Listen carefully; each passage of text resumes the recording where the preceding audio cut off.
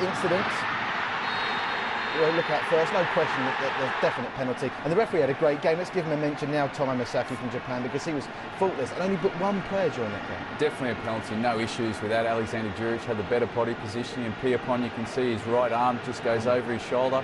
And then Mustafiq stepping up, first of all, to slot it home, and then Kyle Amri to encroach, and the referee stating that the penalty had to be taken again. So that's naive play from Kyle Amri, I must say that. It's not difficult to stay outside the box, but then from Mustafiq to step up and do this on the second occasion. In the opposite corner. Excellent composure, and gave a goalkeeper absolutely no chance whatsoever. So that was the only goal of the first 45 minutes as Raleigh celebrates what would have became the first of 3 Singapore goals. Thailand had to start the second half better than they started the first, and they did, PJ. Excellent start to the second half for Thailand. It was the Thailand that we expected from the beginning. They moved the ball quicker, they generated plenty of options out wide, which was their key, and getting the ball into the box, which caused them some trouble. Terrace in with an effort early in the second stanza there. Now, what do you make of this? A shout for handball? Oh, you can see the slight one on Bahaki where he goes up. It's a strange one, Bahaki actually going up with his hand like that, because it is quite an awkward way. Even when you freeze frame it there, it's very difficult to say. Very slight. Difficult to see.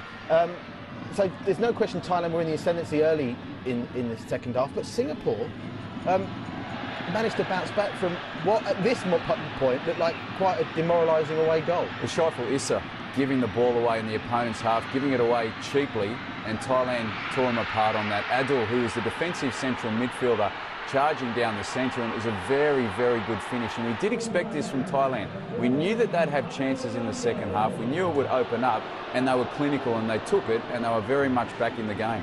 And we've seen Singapore, and the Lions 12 for that matter last year, heads drop in adversity in recent times, but what a response just a couple of minutes later, Peter. Well, it was a very courageous response from Singapore. They continued to throw people forward, but they did it in a very tactically disciplined manner.